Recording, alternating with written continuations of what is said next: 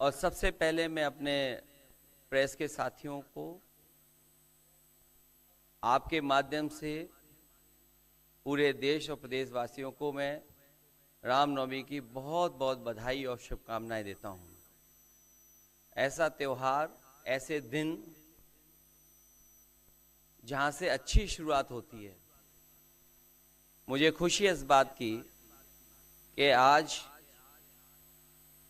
Congress party के नेता राहुल गांधी जी और समाजवादी पार्टी की आज हम मिलकर के प्रेस कर रहे हैं।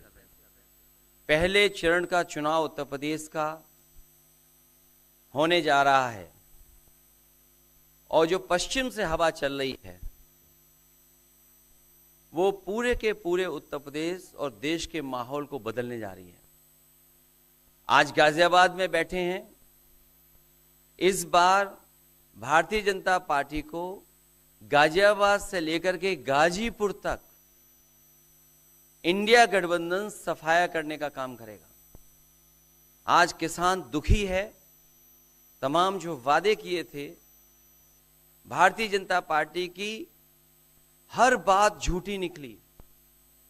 उनके वादे झूठे। न किसान की आय दोगुनी हुई, न नौजवान को नौकरी रोजगार मिला, और जो सपने दिखाए थे विकास के वो भी अधूरे हैं। जो इनका नैतिकता का बुलबुला था वो भी टूट गया।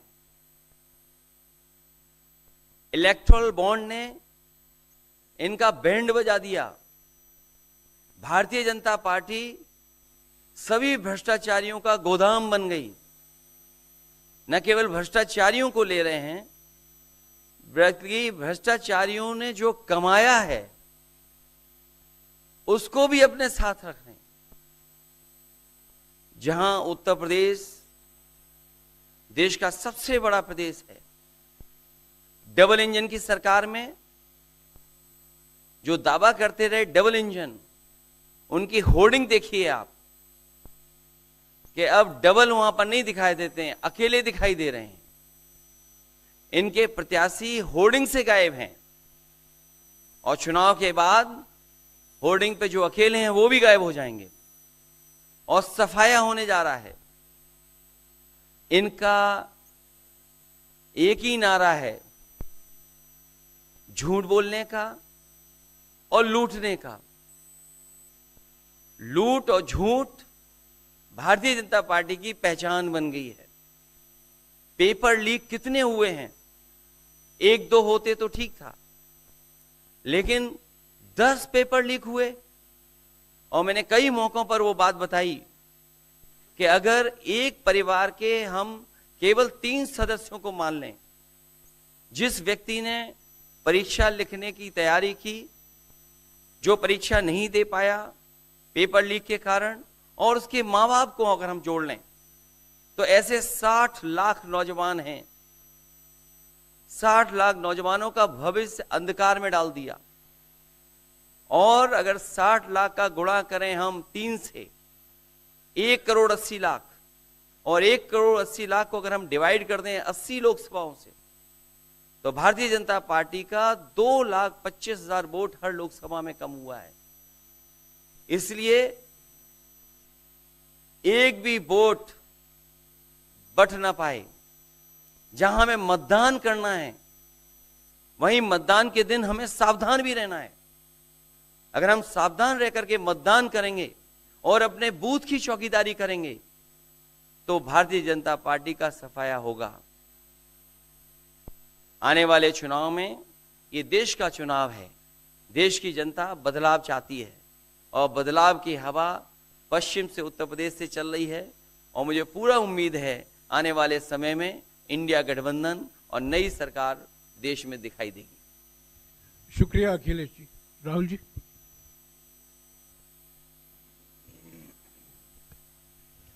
नमस्कार। रामनवमी की आप सबको, देश को बहुत बहुत शुभकामनाएं। ये चुनाव विचारधारा का चुनाव है। एक तरफ आरएसएस और बीजेपी जो संविधान है, लोकतांत्रिक सिस्टम है, उसको खत्म करने की कोशिश कर रही है, और दूसरी तरफ इंडिया गठबंधन, कांग्रेस पार्टी संविधान को, लोकतंत्र को डिफेंड करने की कोशिश कर रही है, उसकी रक्षा कर रही है। चुनाव में 2-3 बड़े मुद्दे हैं। सबसे बड़ा बेरोजगारी, दूसरे नंबर पर महंगाई, भागीदारी। मगर बीजेपी 24 घंटा डिस्ट्रैक्शन करने में लगी रहती है। कभी प्रधानमंत्री समुद्र के नीचे चले जाते हैं, कभी आसमान में सी प्लेन पे चले जाते हैं, मगर जो मुद्दे हैं उनके बारे में ना प्रधानमंत्री ना बीजेपी बात करती है। कुछ दिन पहले प्रधानमंत्री ने ANI को बहुत लंबा इंटरव्यू दिया, स्क्रिप्टेड था मगर फ्लॉप शो था। प्रधानमंत्री जी ने उसमें इलेक्टोरल बॉन्ड्स समझाने की कोशिश की। प्रधानमंत्री जी कहते हैं कि इलेक्टोरल बॉन्ड्स का सिस्टम ट्रांसपेरेंसी के लिए लाया गया, राजनीति को साफ करने के लिए लाया गया। अगर यह सच है तो उस सिस्टम को सुप्रीम कोर्ट ने रद्द क्यों किया?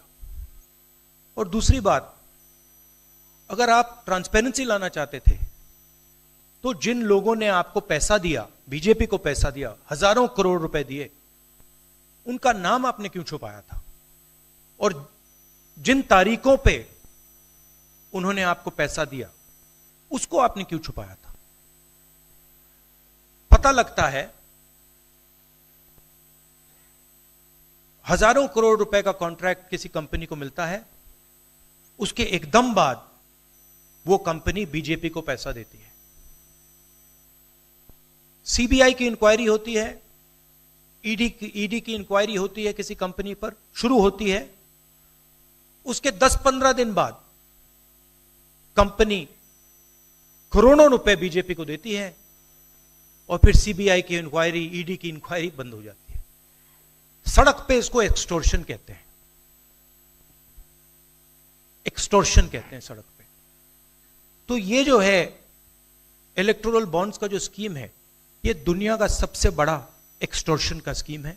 हिंदुस्तान के सारे बिजनेसमैन इस बात को समझते हैं, जानते हैं, और प्रधानमंत्री जितनी भी सफाई देना चाहें कोई फर्क नहीं पड़ने वाला है, क्योंकि पूरा देश जानता है कि प्रधानमंत्री भ्रष्टाचार के चैंपियन है। धन्यवाद। शुक्रिया राहुल जी। अच्छा, एक और बात, आपने जयराम जी आपने कहा कि जो भी आपको क्वेश्चंस पूछने हैं आप पूछेंगे और ये ओपन एंडेड प्रेस कॉन्फ्रेंस है। बट इसमें एक और बात, मुझे पहले ही 2-3 बीजेपी वाले क्वेश्चंस पता लग जाते हैं, तो वो तो गारंटीड पूछे जाएंगे, तो उनके लिए मैं तैयार हूं। आजकल गारंटी का जमाना है राहुल जी। पहला सवाल महिकार सिंह जी, हिंदुस्तान हिंदी डेली से। माइक दीजिएगा।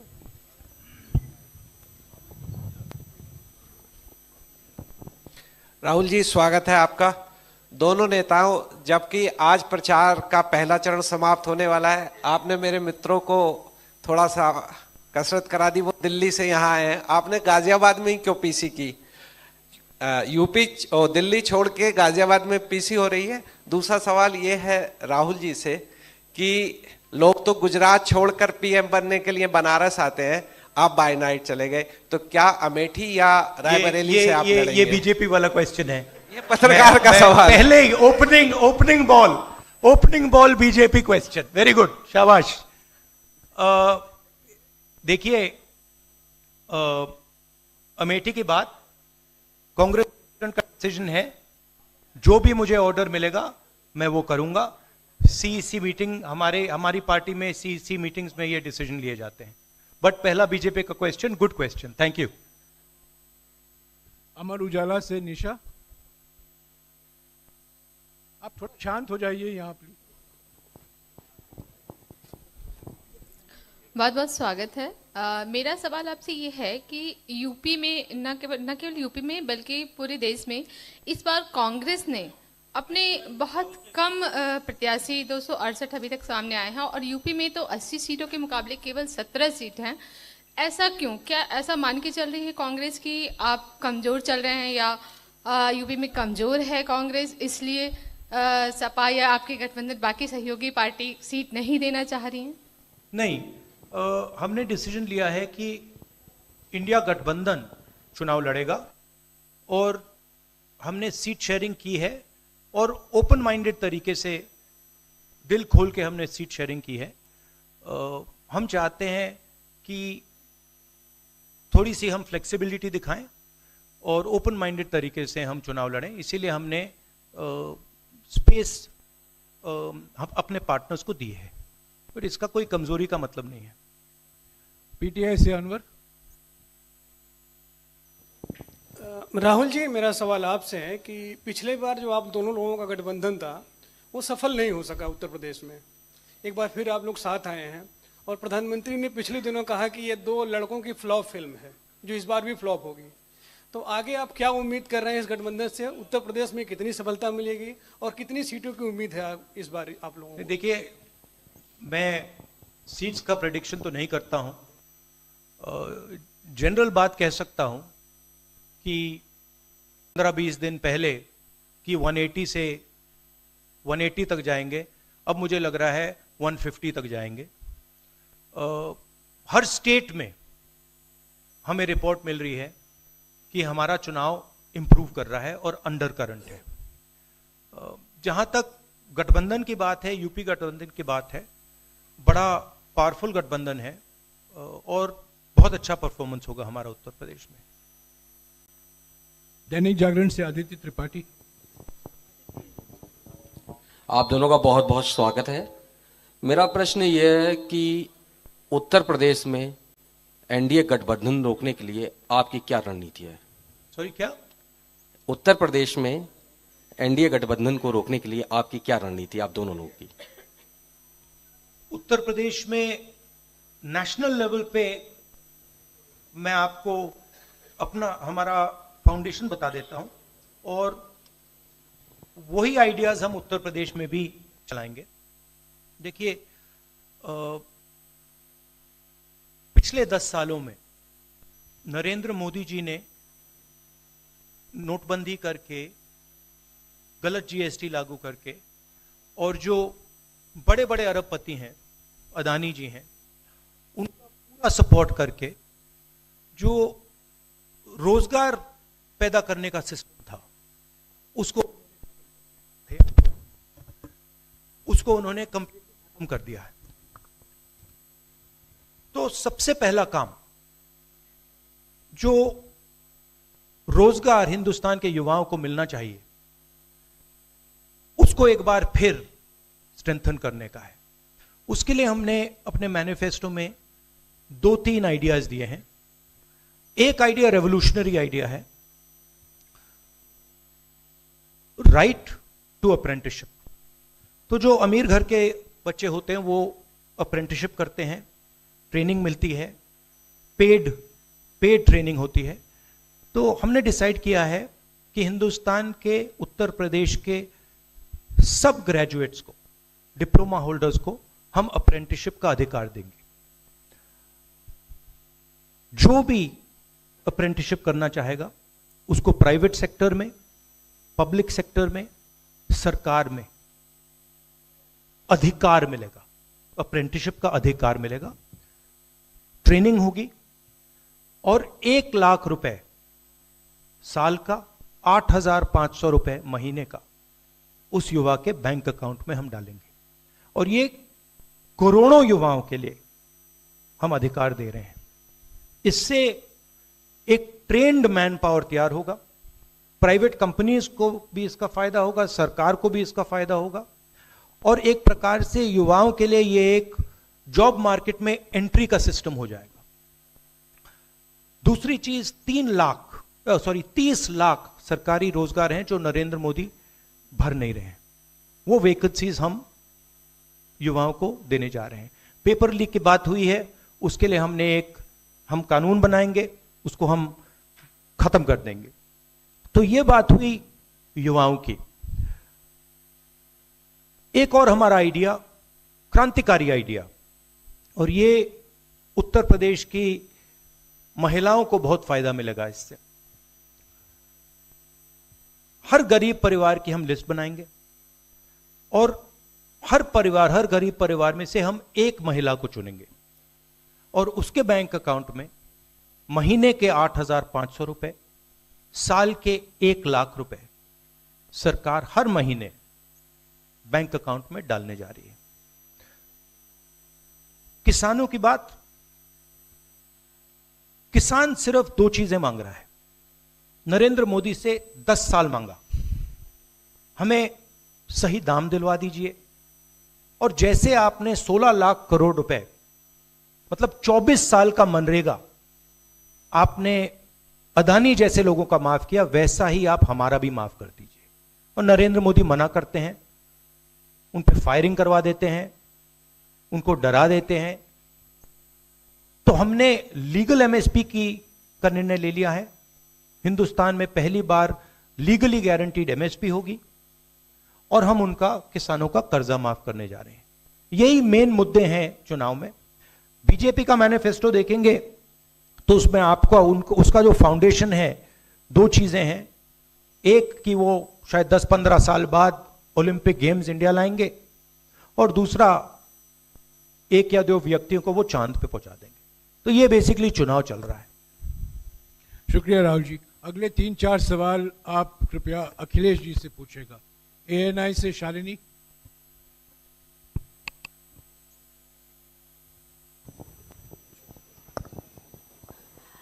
पहला सवाल राहुल जी से है। अखिलेश जी से पूछेगा प्लीज। उन्होंने कृपया लगा दिया, इसलिए अब हमसे पूछिए।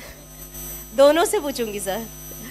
पहला सवाल राहुल जी से है, जैसे कि पीएम ने कहा है कि मैं देश बचा रहा हूं, लेकिन इंडिया अलायंस जो है वो परिवार बचा रहा है, इस पर क्या कहेंगे सर? और जो दूसरा सवाल, सेकंड बीजेपी क्वेश्चन। सर दूसरा जो सवाल है मेरा वो ये है, जादूगर कहा है उन्होंने राहुल जी को, और उन्होंने कहा ANI को जब इंटरव्यू दिया उसमें बोला कि ऐसा कौन सा जादू है कि एक झटके में गरीबी मिटा सकते हैं। मैं जानना चाहता हूं ऐसा कौन सा जादू है कि एक झटके में गरीबी मिटाई जा सकती है। तो ये मेरा सवाल दोनों से है। नहीं, दोनों से है। मैं धन्यवाद देता हूं, आप लोगों ने सवाल पूछे। हालांकि कुछ सवाल आपने राहुल जी से पूछे थे। एनडीए को पीडीए हराएगा, एनडीए को पीडीए हराने जा रहा है, एनडीए को पीडीए हराने जा रहा है।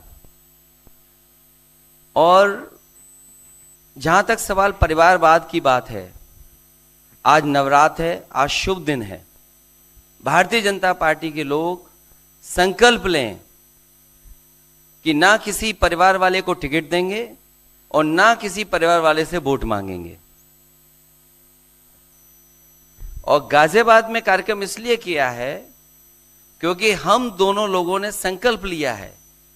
वो तो इंडिया गठबंधन का नाम भी ठीक से नहीं ले पाते हैं। INDIA तो इंडिया होता है, इंडी कब से हो गया? यहां से सफाया होगा गाजीपुर तक। जो 14 में आए थे वो 24 में चले जाएंगे, और यूपी वाले स्वागत भी अच्छा करते हैं। और इस बार तो ढोल नगाड़ा और सब कुछ की तैयारी है। इस बार विदाई भी बहुत शानदार होने जा रही है। Times Now Bharat, Ranjita. अखिलेश जी से। तो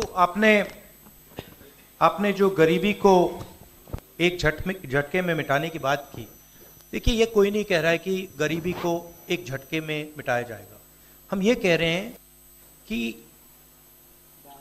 गरीबी को गहरी चोट पहुंचाई जा सकती है। और तरीके मैंने आपको बताए हैं। नरेंद्र मोदी जी ने पूरा का पूरा फोकस 22 लोगों पे किया है, 22-25 लोगों पे किया है।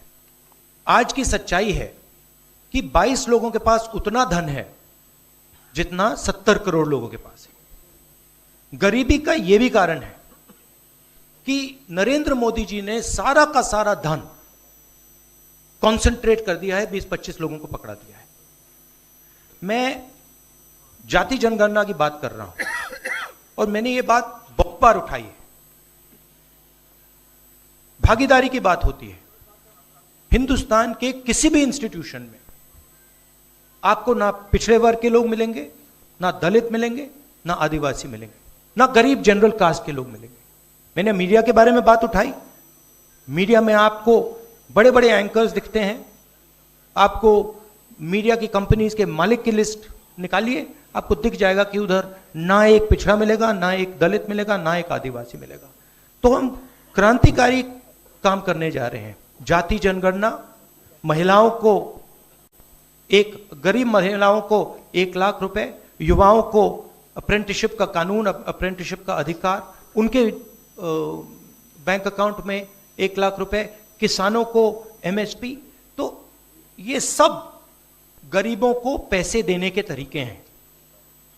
नरेंद्र मोदी जी ने पिछले 10 साल में गरीबों को कुछ नहीं दिया। तो ये हम करने जा रहे हैं। हाँ रंजीता, अखिलेश जी से। हाँ, अखिलेश जी से ही सवाल है। राहुल जी ने अभी जितनी भी चीजें कही, अखिलेश जी से। नहीं, मैं सवाल पहले जितनी भी चीजें कही वो तमाम चीजें कांग्रेस के घोषणा पत्र में है। क्या इंडिया गठबंधन का अपना कोई साझा जो है वो मैनिफेस्टो होगा? अखिलेश जी, क्या जो राहुल जी कह रहे हैं क्या वही तमाम चीजें सपा की भी है या सपा कुछ अलग भी घोषणाएं कर रही है चुनाव में? इंडिया गठबंधन नई उम्मीद है और जैसा कि राहुल जी ने कहा कि उनके मैनिफेस्टो में बहुत सारी चीज़ें हैं जिससे गरीबी दूर की जा सकती है।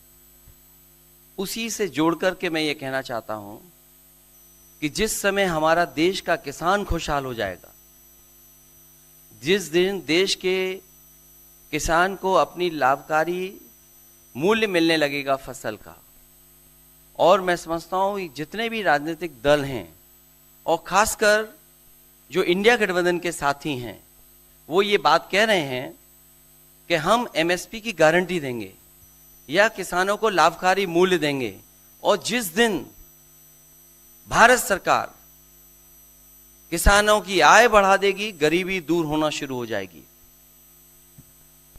और मैं कई मौकों पर कह रहा हूं कि जाति जनगणना भी एक हमारा मुद्दा है। बिना सामाजिक न्याय के, बिना जाति की गैर बराबरी खत्म किए हुए हम अपने समाज को आगे नहीं बढ़ा सकते। और जैसा राहुल जी ने कहा कि खुशहाली के लिए जाति जनगणना जरूरी है, तो जाति जनगणना, सामाजिक न्याय और पीढ़ी की लड़ाई को लेकर के हम चलेंगे। उससे गरीबी भी दूर होगी और मान सम्मान भी मिलेगा। विक्रांत, एक चीज और देखिए, ये जो हमारा मैनिफेस्टो है ये जरूर कांग्रेस पार्टी का मैनिफेस्टो है, मगर इसमें जो आइडियाज हैं वो इंडिया गठबंधन उनकी आइडियोलॉजी के आइडियाज हैं। और अगर समाजवादी पार्टी का कोई सजेशन हो या किसी और भी इंडिया गठबंधन की पार्टी का सजेशन हो, उसको हम सब ऑन बोर्ड करेंगे। तो हमारा मतलब जॉइंटली काम होता है। हम बातचीत करके, कंसल्ट करके काम करते हैं और फ्लेक्सिबिलिटी दिखाते हैं। और हम लोग G20 की तरह नहीं है, केवल 2 का चलता हो, बाकी सब 0 हो। अखिलेश जी समझने में वक्त लगेगा। अखिलेश जी, G20। अखिलेश जी, एक मिनट अखिलेश जी, अखिलेश जी को बुलाया है। अखिलेश जी, राहुल जी, आप दोनों लोग, अखिलेश जी सामने, अखिलेश जी, राहुल जी, आप दोनों लोग 2017 में साथ आए थे। दोनों ने लखनऊ में प्रेस कॉन्फ्रेंस भी की थी, लेकिन 19 और 22 में आप दोनों अलग अलग हो गए। 24 में फिर साथ आए हैं। आखिर क्या वो मोमेंट क्या था जब दोनों के दिल में आया कि हाँ हमको साथ आना चाहिए, जरूरी है 7 साल बाद? दोनों के दिल में कब ये मोमेंट आया कि हाँ चलना है साथ? मूवमेंट क्यों बताना, हम साथ आ गए और साथ आ गए, साथ आ गए, यही मूवमेंट है।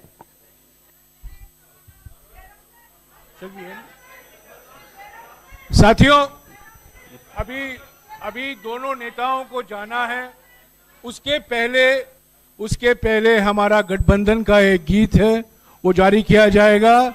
और हमारे 4 उम्मीदवार जो हैं वो राहुल जी और अखिलेश जी से एक फोटो खिंचवाएंगे। पहले गीत सुनिएगा, गीत देखिएगा। प्रेस कॉन्फ्रेंस समाप्त हुआ है, प्रेस कॉन्फ्रेंस समाप्त हुआ।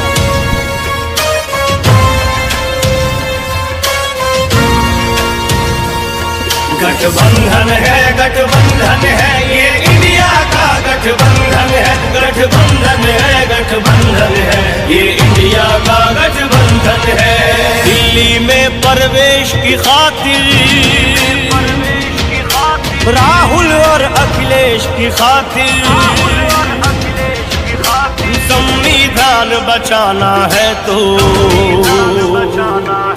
वोट करो इस देश की खातिर। उम्मीद किसानों की इनसे, मजदूरों की आस यही है, देश बदलना है इनको ही, बहनों का विश्वास यही है, जन जन की आवाज यही है।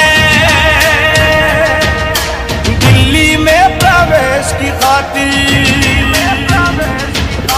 राहुल और अखिलेश की खातिर वोट करो इस देश की खातिर, वोट करो इस देश की खातिर, राहुल अखिलेश की खातिर।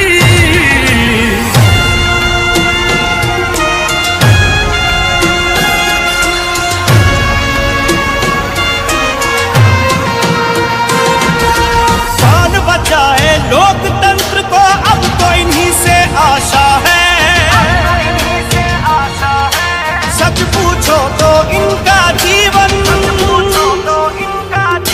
समाजवाद की परिभाषा है। अब भारत का नारा यही है, दिल्ली में प्रवेश की खातिर राहुल और अखिलेश की खातिर वोट करो इस देश की खातिर। गठबंधन है ये इंडिया का गठबंधन है, गठबंधन है ये इंडिया का गठबंधन है।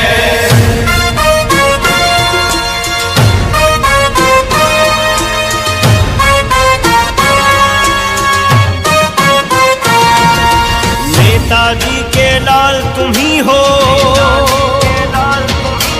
और देश का मान तुम ही हो, कृष्ण कन्हैया के वंशज हो,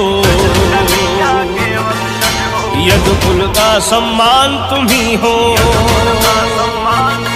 अब धर्म युद्ध को लड़ना है तो